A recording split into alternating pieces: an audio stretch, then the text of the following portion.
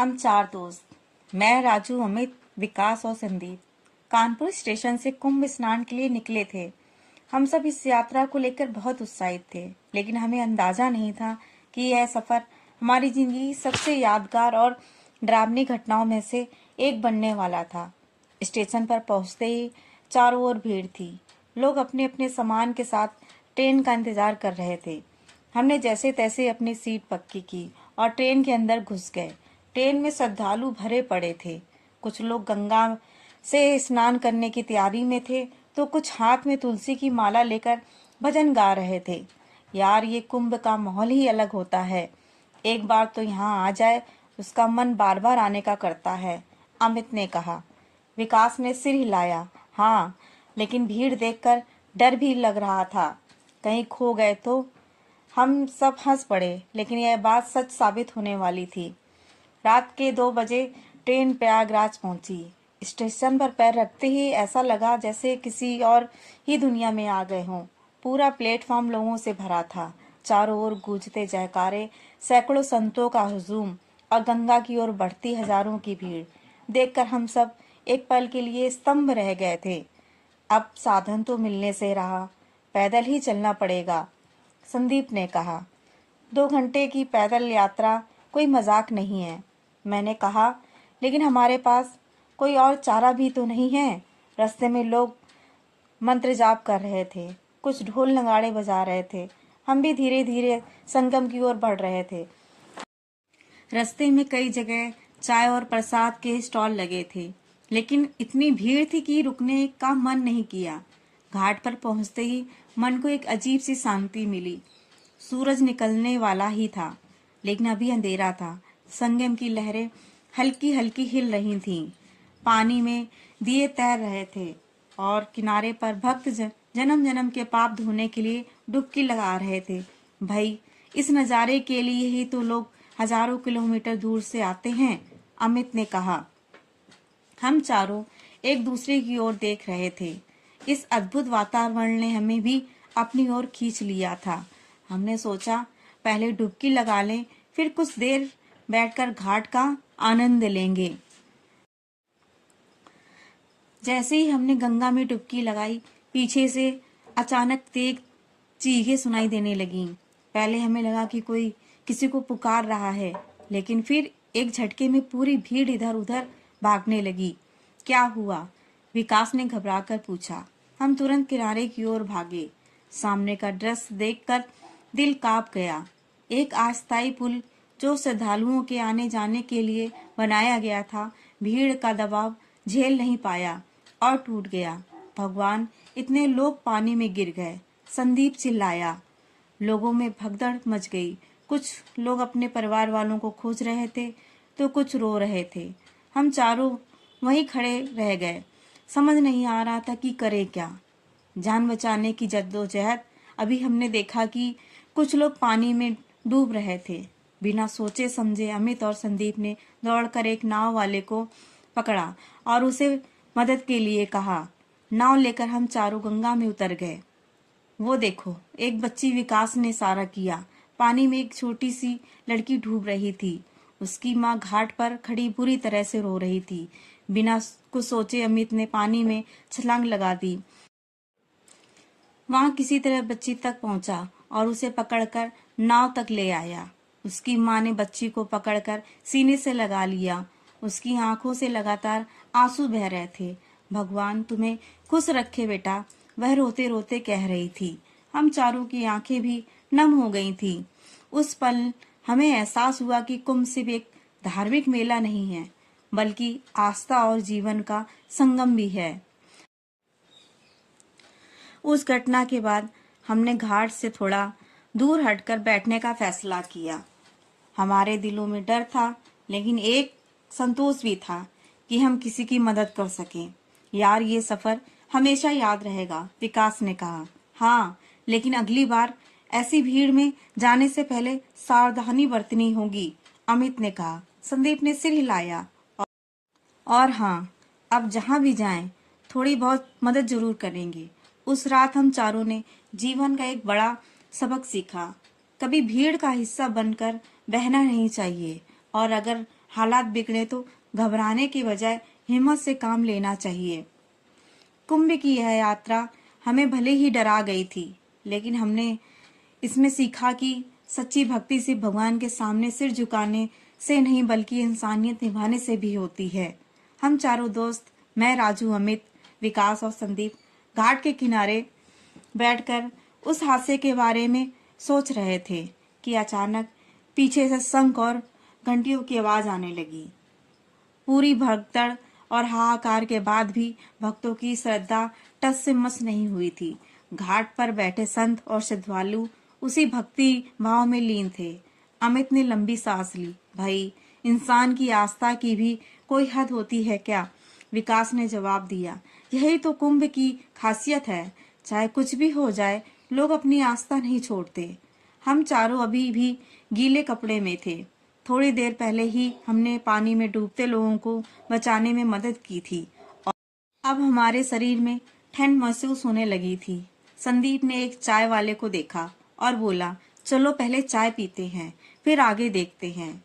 चाय की चुस्की और रहस्यमयी साधु हम चारों घाट के पास एक चाय वाले की दुकान पर पहुंचे।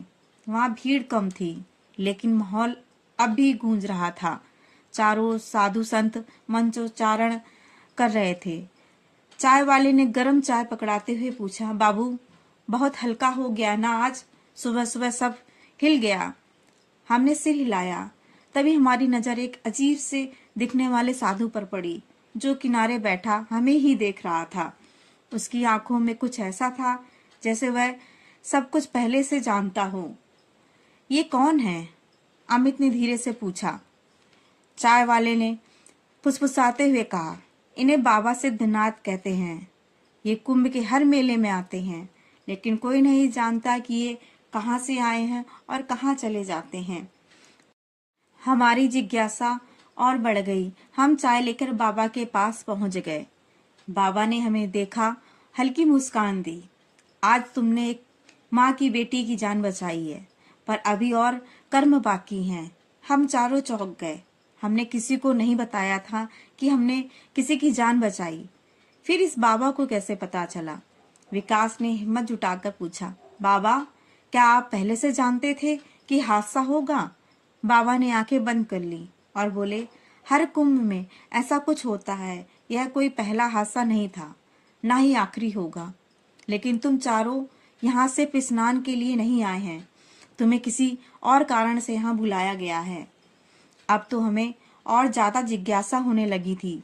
कौन सा कारण बाबा? मैंने पूछा। बाबा ने धीरे से कहा, कल मौनी अमावस्या की सबसे पावन घड़ी आएगी, लेकिन उसी समय यहाँ कुछ ऐसा होगा जो वर्ष तक लोगों की जुबान पर रहेगा। तुम्हें इसके लिए तैयार रहना होगा। हम चारों एक दूसरे को देखने लगे।